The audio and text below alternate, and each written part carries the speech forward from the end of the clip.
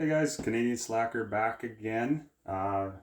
Just going through different things that you might encounter when trying to do stuff at your own house. So right now I'm going to take you through a three-way switching, which is right here. I have one three-way switch in my house. Generally, we use this when you want to switch a light from more than one location. So in this case, it's a bedroom, so there is a switch by the bed, and then this is a switch by the entrance of our bedroom. So for us, the same thing applies every time. I'm not going to just repeat it every time, but yeah, when you're working on power, make sure you turn it off. We're now going to go into this one.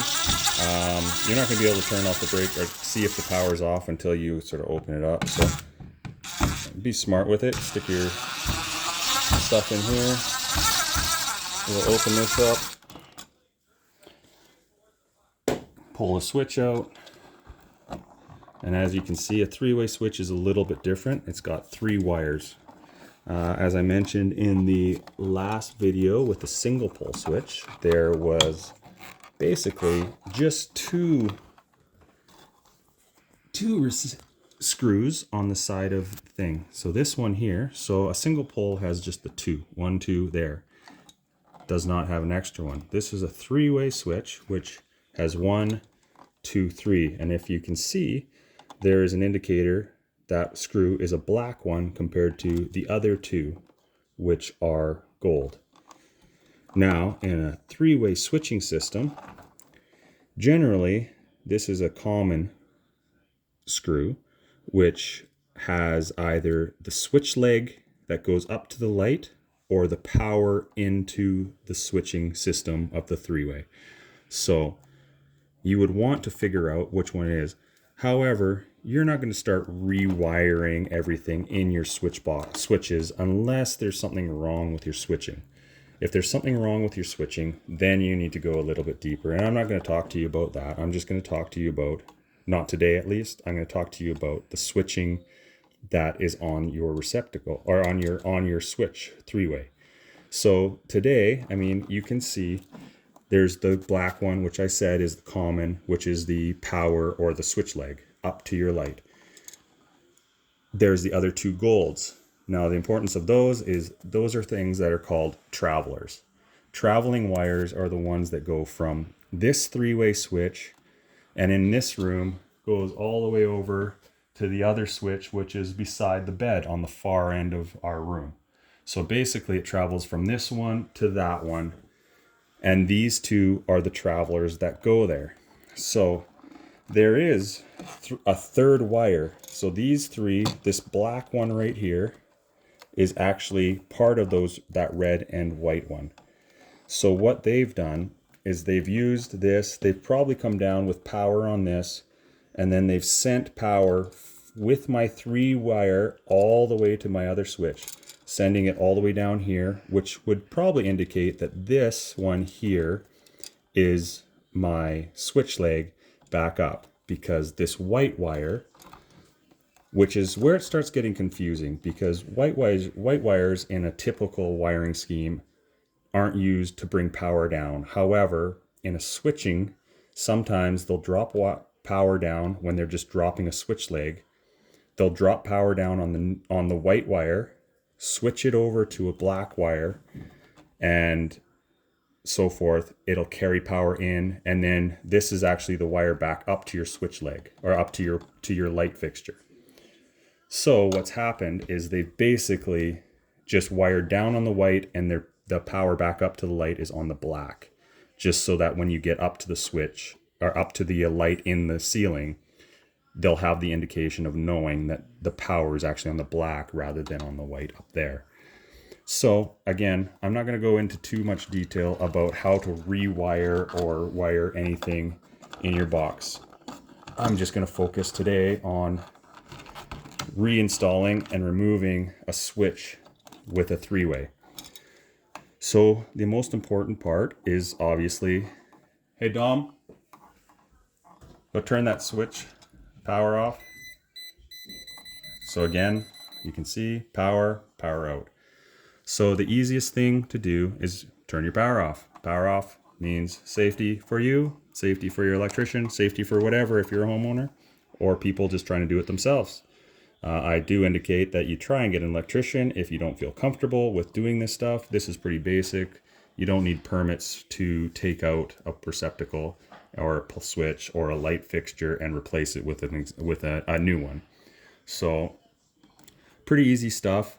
If you want to make sure that if your light switches have been working correctly up until this time, the easiest thing to do is to take it off and put it right back onto the screw that it was on before. And that goes for both ends of this three-way switching system. So to start with, you would take off one. If you can't remember which one they are, you can either tag them with a little piece of tape saying that this tag goes to this black screw, or you can just remember, or you can just take a picture of the switch before you take it apart.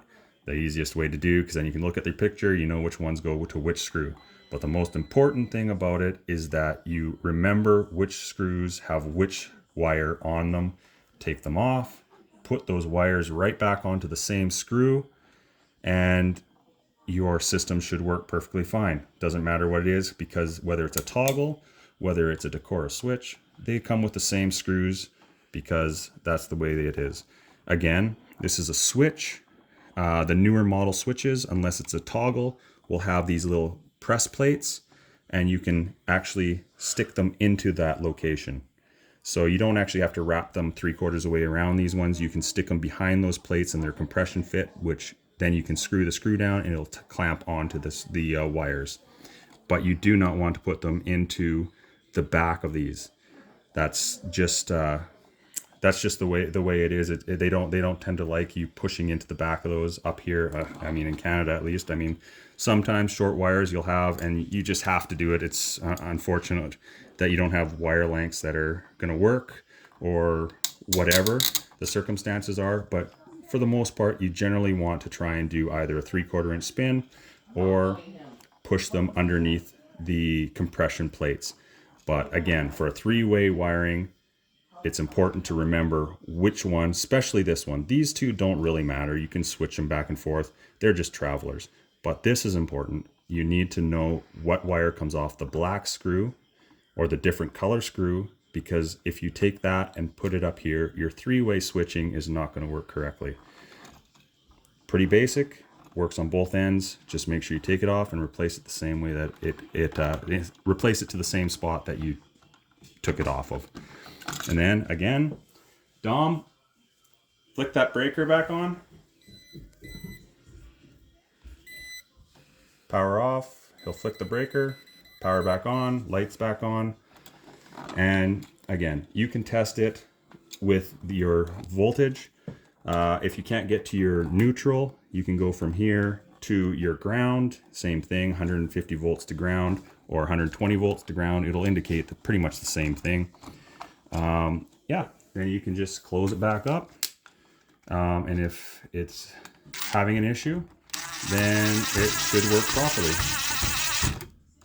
You go here, close it back up, and I'll show you, how exactly it works.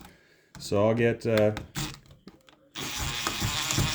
one of my kids to stay here on this side so I don't have to walk back and forth. But basically, that's the gist of it. Put your cover plates on. Make sure you know what you're doing in there. And then, yeah, aesthetically, cover plates. Safety, you just don't want to have your fingers being able to go in beside the switches or receptacles. Nice and easy. Bingo bango.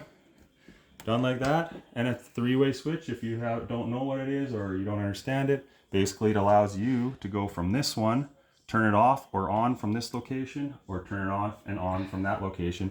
And how I like to test it is I generally, once I put it back in to make sure it's working right, I mean, if I'm by myself, I walk back and forth, but I've got these guys here standing and watching me. and helping me out.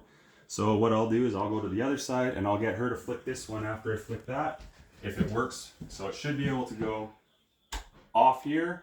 She'll flick it, turns on, flick it off, she can turn it on, and if it goes back and forth through 2 cycles each, so off, on, then that generally indicates that it's working correctly. Because if it wasn't wired correctly, what would happen is you could turn it off here, but you couldn't turn it on there, which is an indicator that probably one of your wires has been put onto one of the wrong screws, and you'll have to open it back up, look at it, probably use your tick tester to see which one is hot, and go from there. So, I mean, that's a whole different ballgame, which we can look into another time, of how to indicate which ones are correct and which ones are not correct.